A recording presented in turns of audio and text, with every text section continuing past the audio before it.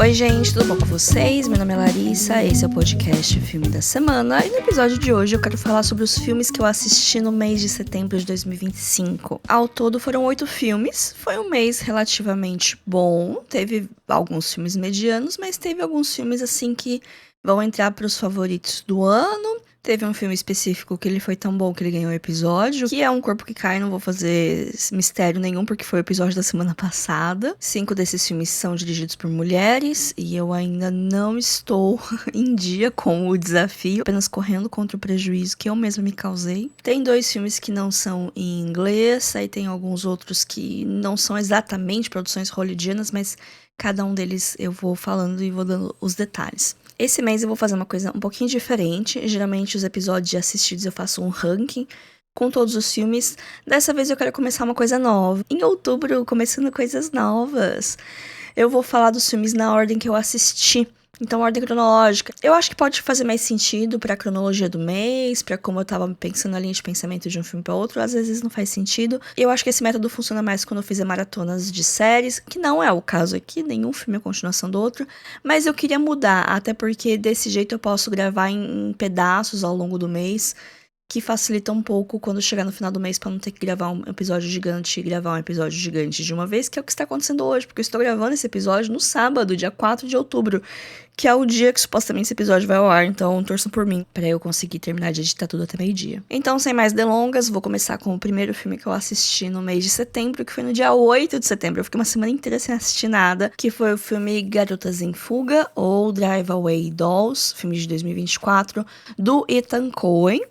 O Ethan é a metade dos irmãos Coen. Ele com o irmão dele fizeram muitos filmes nos anos 90 e começo dos anos 2000 que são muito importantes assim pro gênero, principalmente pro cinema independente norte-americano, para um gênero de uma comédia dramática, assim. Eles têm características bem marcantes no cinema deles. Eu particularmente não amo nenhum filme deles, mas eu vi muito pouco também. Então não tenho tanto contexto, não vi os mais aclamados. Mas eu vi alguns dos trabalhos dele separados, né? O Joel fez A Tragédia de Macbeth, que eu gosto muito, que é um negócio muito, assim, conceitual e minimalista e muito bem pensado e executado. Gosto muito de Tragédia de Macbeth. Agora, esse é o primeiro projeto solo do Ethan que eu tô assistindo. Ele lembra bem mais os filmes dos irmãos como um todo, de ser uma aventura meio comum, mas com os tons meio fora do mundo e com uma comédia meio inesperada, por assim dizer. E esse é o primeiro de uma trilogia que ele quer fazer sobre lésbicas criminosas, lésbicas envolvidas em crimes, alguma coisa assim. Tem o segundo filme que é o Honey Don't, que já lançou lá fora. E o terceiro eu não sei qual que vai ser. Eu acho que todos são protagonizados pela Margaret Qualley.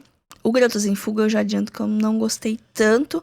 Porém é um filme divertido, assim. É um filme que ele é rápido, ele passa rápido, ele tem 84 minutos, não é nem 1h30, ele realmente voa, ele é gostosinho de ver, assim, você fica, tá, onde que essas meninas vão se meter?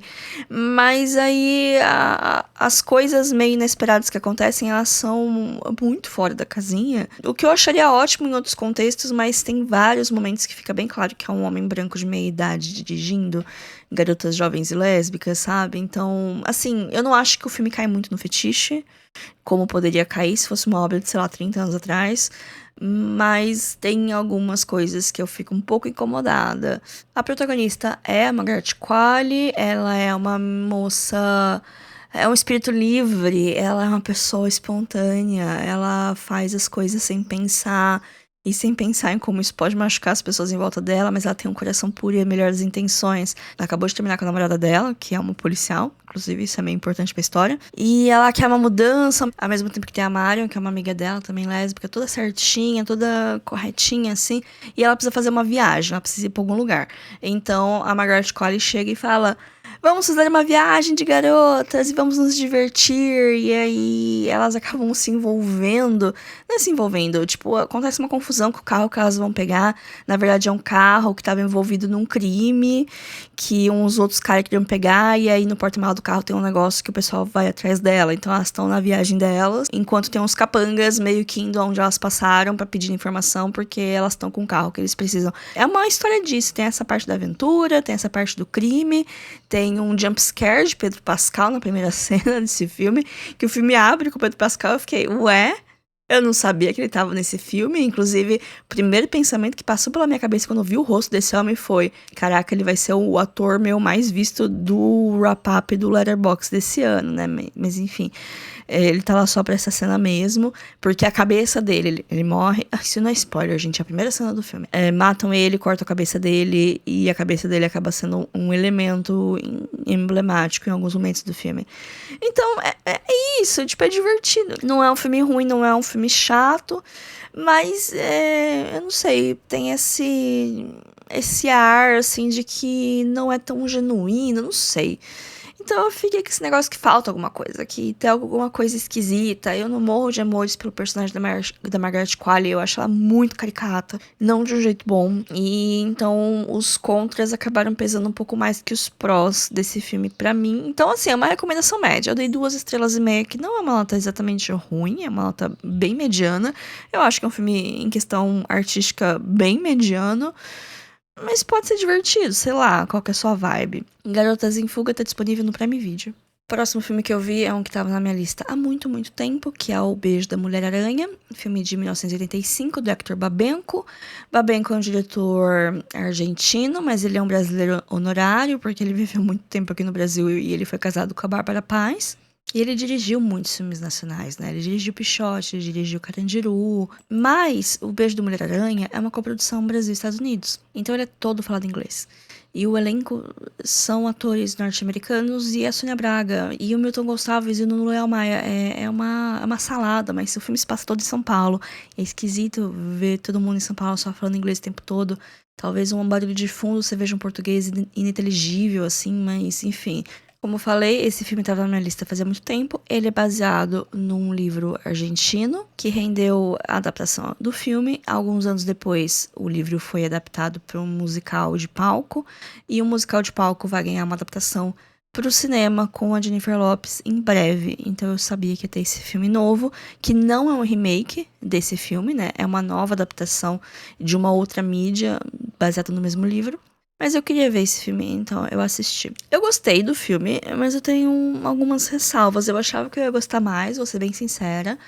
O filme ele se passa numa cadeia em São Paulo, onde tem dois homens que dividem uma cela, dois homens muito diferentes. Tem o Raul Júlia, que ele é um supostamente brasileiro, o personagem dele. Ele é um militante... eu não falei, o filme se passa durante a ditadura, tá? Agora eu não sei se ele é exatamente contemporâneo, mas eu acho que ele se passa, sei lá, alguns anos antes. Em 85 a gente já tava no período de redemocratização já, mas ele se passa alguns anos antes. O Raul Juliá, ele é um preso político, ele estava envolvido com um grupo de oposição da ditadura. Enquanto tem o William Hurt, que é um homem gay, muito, muito afeminado. Em alguns lugares eu vi se referir a ele como uma mulher trans, porque tem alguns momentos fora da cadeia que ele é referenciado com o nome feminino. Aí vai da leitura de cada um. Eu enxerguei ele enquanto um homem gay bem afeminado, mas enfim, eu posso estar equivocada. E esse homem ele tá na cadeia pelo crime de pedofilia, aparentemente.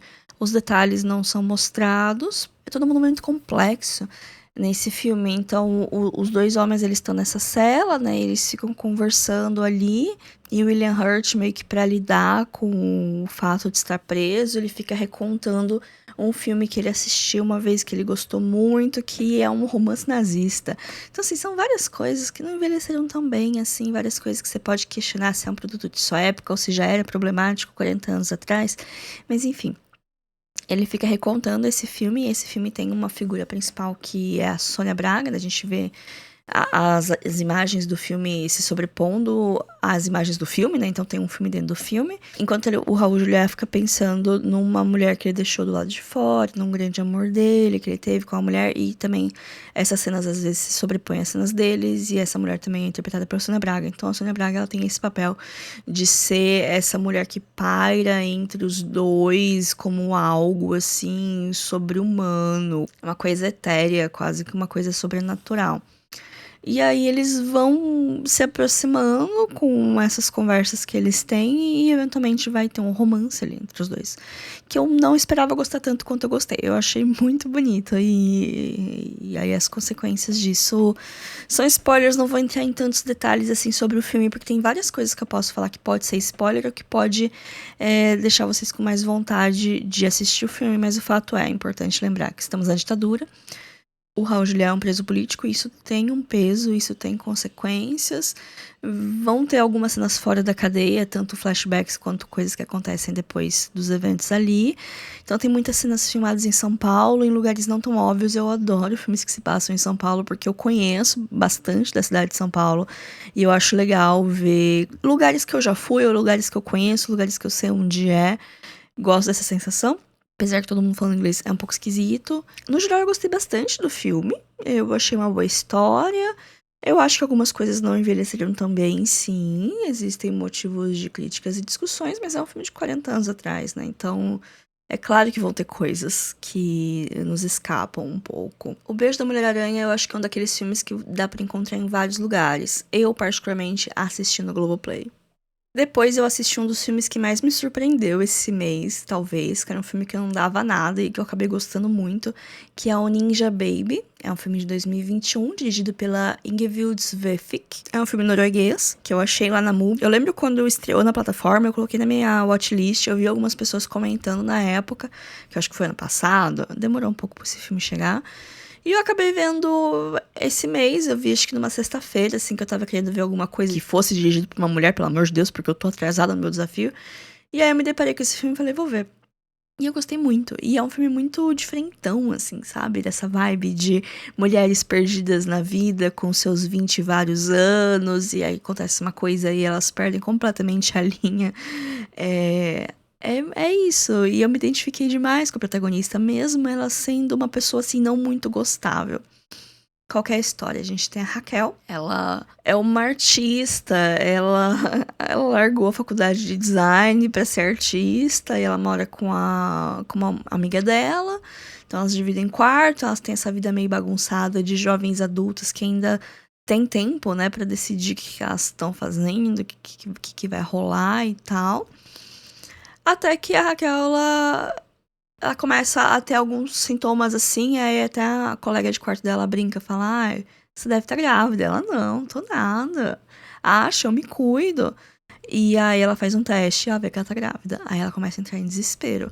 E ela começa a chamar esse neném de Ninja Baby, porque ela fala, cara, eu tomei todos os... Eu tô tomando remédio, o cara usou camisinha e mesmo assim eu engravidei, como é possível, né? E aí ela vai no médico e aí ela percebe que ela não está grávida desse cara, que foi o último que ela se relacionou. Ela tá grávida de 6 meses. E ela fica, mano, como assim? Eu tô grávida de 6 meses, eu só fui reparar agora. Porque nisso ela tá, beleza, né? Eu vou interromper essa gravidez, porque isso pode aqui na Noruega. Só que 6 meses você não pode mais, existem regras, né? Não é uma anarquia generalizada que nem algumas pessoas pensam. Então, com 6 meses, ela não consegue mais interromper a gravidez. Ela precisa, né, levar a fim. Aí ela começa a ficar desesperada. Porque ela fala, mano, o que eu vou fazer? Eu não tenho condição de ser mãe. Eu não tenho dinheiro pra ser mãe. Eu não tenho estabilidade. Eu não quero ser mãe. Esse é um ponto. Tem todas as partes de tipo... não tenho estrutura, não tenho... Não era pra ser agora. Não é nem eu esse ponto. Ela fala, eu não quero ser mãe. Eu nunca tive vontade de ser mãe. Em nenhum momento isso é uma coisa que eu quis, eu não quero mudar minha rotina por causa disso, então isso é uma coisa que faz ela não ser uma personagem assim gostável, porque isso vai contra várias coisas que a gente é ensinada a ser, né? A gente é ensinada que todo mundo uma hora vai ser mãe, ou todo mundo uma hora vai querer ser mãe. E é uma coisa que, assim, eu não falo muito sobre, porque é um tópico extremamente sensível, as pessoas ficam muito agressivas quando começam a falar esse assunto, mas eu sou uma pessoa que eu não quero ser mãe. E é uma coisa que eu falo desde que eu era adolescente, e aí eu ouvia, não, você vai mudar de ideia, não, é só uma fase, uma hora você vai sentir o chamado. Só que assim, gente, eu já tenho 33 anos, sabe? Teoricamente, meu relógio biológico já tá começando a bater, assim, correr mais rápido, né? Meu tempo fértil está acabando.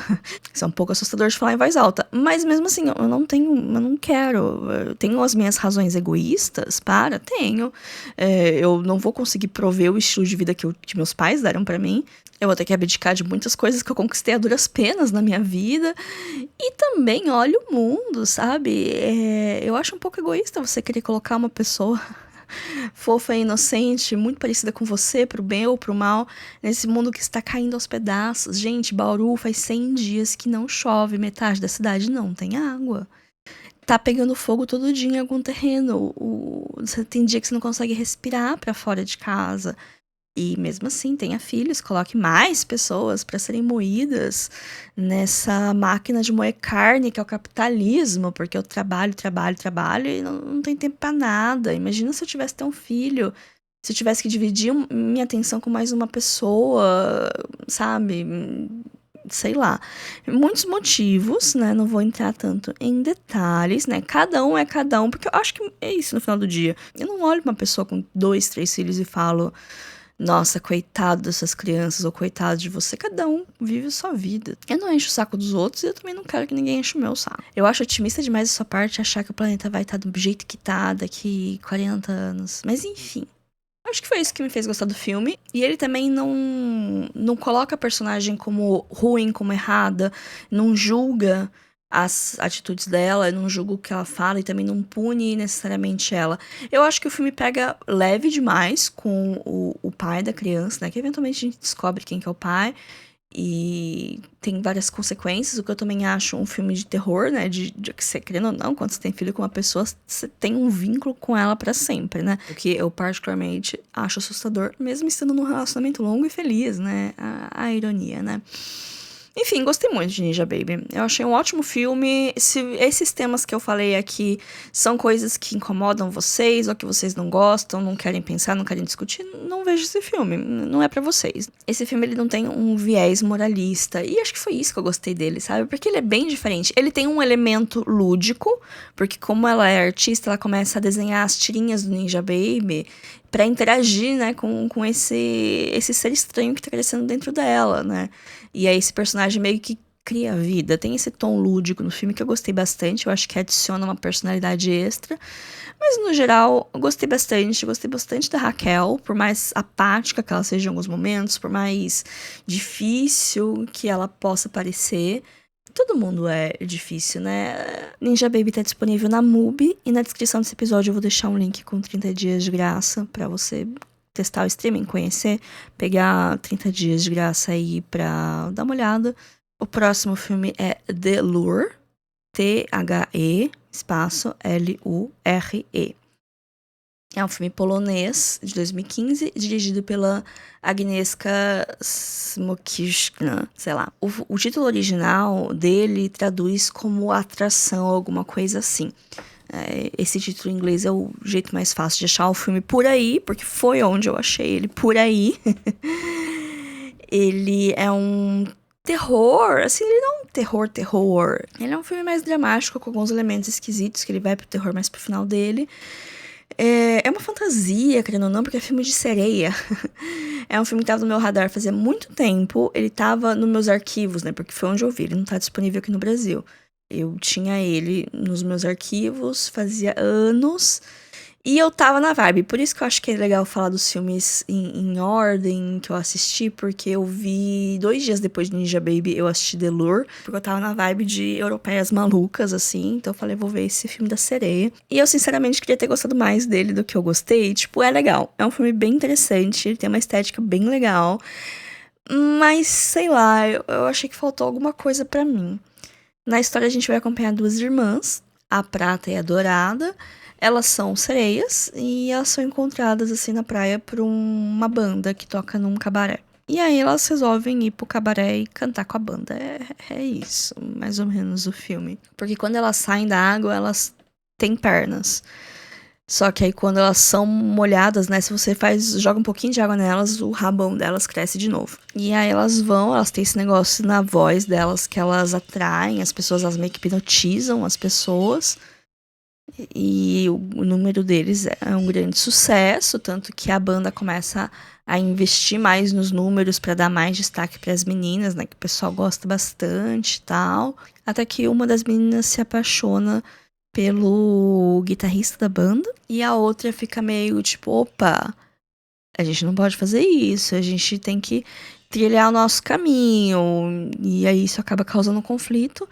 É um pouquinho de reconto de Pequena Sereia, das versões mais antigas da lenda, das versões mais hardcore, assim, da lenda, porque as coisas vão ter consequências.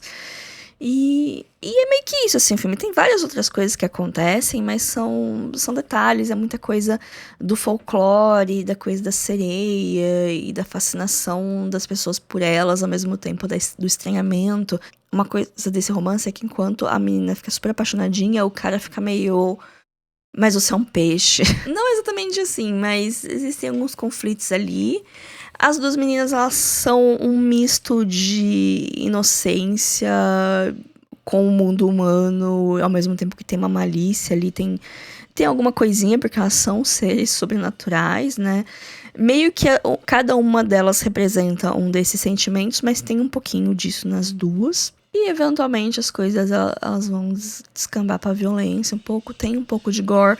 Tem uma cena em particular que eu acho nojentíssima, que é o jeito que a sereia consegue realmente trocar a cauda dela por pernas. Isso acontece em algum momento e é terrível a cena. Eu achei o filme interessante, mas eu esperava mais e é meio que isso que eu tenho pra falar dele, né? Infelizmente é um filme que não tá disponível em nenhum lugar aqui no Brasil. Se ele pingar em algum streaming, eu provavelmente vou falar lá no Instagram, @filme.a.semana. Mesmo não sendo um filme que eu gostei muito e que recomendo com muita força, eu acho que ele é um filme interessante o suficiente pra ser visto pra quem gosta do cinema fantástico, pra quem gosta dessas coisas um pouco mais diferentes, e também porque o cinema de sereia, ele não tem tanta coisa assim quanto outras criaturas mágicas, enquanto vampiros, enquanto, sei lá, até zumbis, pra pensar. Então, é isso. O próximo filme é The African Desperate, filme de 2022, norte-americano, da Martine Sims. Esse filme, ele é bem independente, sim, por mais que ele seja uma produção norte-americana falada em inglês, não tem ninguém no elenco, assim, que seja minimamente conhecido. Você vê que o orçamento dele é bem mínimo. E ele parece um TCC. Eu acho que esse foi o filme que eu menos gostei no mês inteiro. Eu tinha uma certa expectativa, porque eu lembro que uma amiga minha assistiu na época que ele lançou, que ele foi um lançamento da MUBI alguns anos atrás. E ela tinha gostado, e eu fiquei com isso na cabeça, dos comentários que ela fez. Aí eu fui ver e nossa, eu não gostei nem um pouco desse filme. Tipo, ok, ele tem ideias boas, né? Ele vai acompanhar a Palace, ela é uma mulher negra. Ela tá se formando na faculdade de artes e o filme começa com a banca, né, do trabalho final dela. E no dia seguinte ela vai juntar as coisas dela e pegar o trem pra voltar pra casa da família dela, encerrando aí esse ciclo. E é uma grande odisseia, assim, porque ela vai se despedir dos amigos dela, e o pessoal fala, ai não, tem uma última festa que a gente vai, não sei o que tem, vamos lá.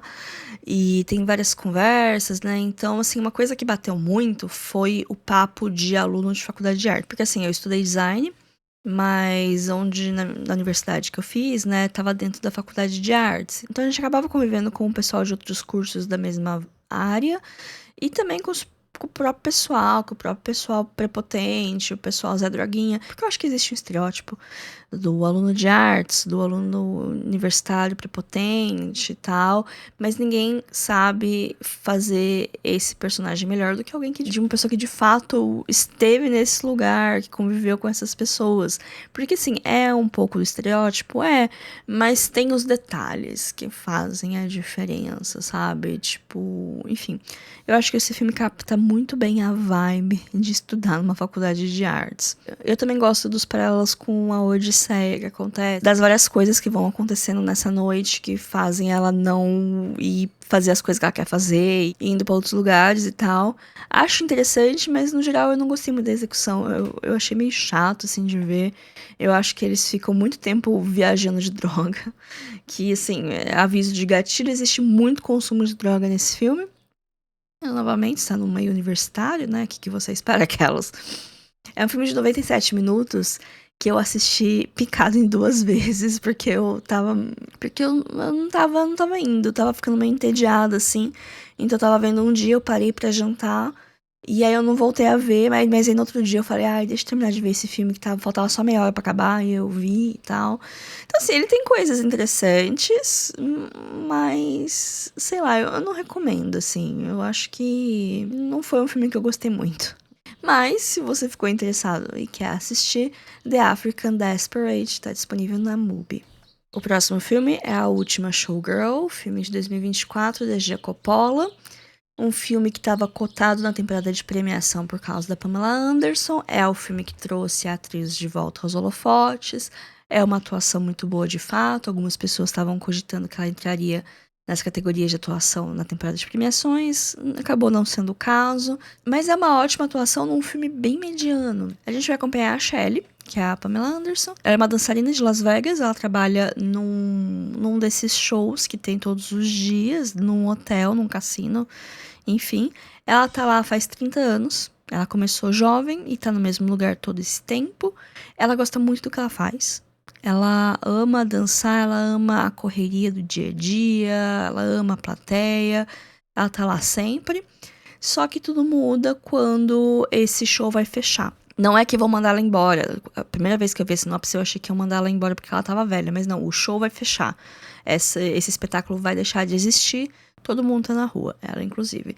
E aí ela luta pra entender o lugar dela, assim, porque ela pensa, não, eu tenho 30 anos de experiência nesse lugar, vai ser fácil de achar outro lugar pra eu dançar. Mas não é exatamente o caso. E aí foi isso que eu fiquei mais pensativa no filme inteiro.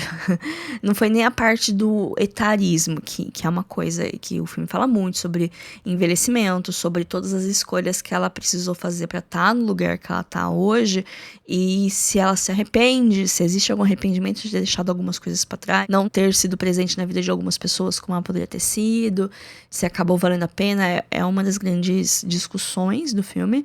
Mas o que mais pegou pra mim foi o negócio de você ficar tanto tempo num lugar que você, entre muitas aspas, está feliz e confortável, e aí quando você volta pro mercado, você vê que você tava 20, 30 anos parada no tempo e as coisas mudaram e você é lixo no meio de tanta gente. Eu levei muito esse filme pro lado profissional, gente. Por mais que seja uma coisa completamente diferente, é muito aplicável em muitas áreas, não apenas criativas. Muitas áreas, assim, de trabalho. Eu peguei esse filme como um filme de trabalho. Como cinema, ele é bem mediano, assim. Ele tem uma vibe legal, mas ele sacrifica muito desenvolvimento em prol de fazer umas cenas bonitas, assim. Eu senti um pouco isso. Tinham várias montagens, assim, de passagem de tempo e de sentimentos, que lá pela terceira vez que aconteceu, eu comecei a ficar um pouco, ué, mas de novo isso? E assim, é um filme bem curto, é um filme de 89 minutos. E ele não parece ser mais longo do que ele é, mas ele perde um pouco de tempo nessas coisas mais introspectivas do que avançar algumas relações entre personagens que poderiam ser melhores desenvolvidas. No geral, eu senti esse filme muito como um rascunho mesmo.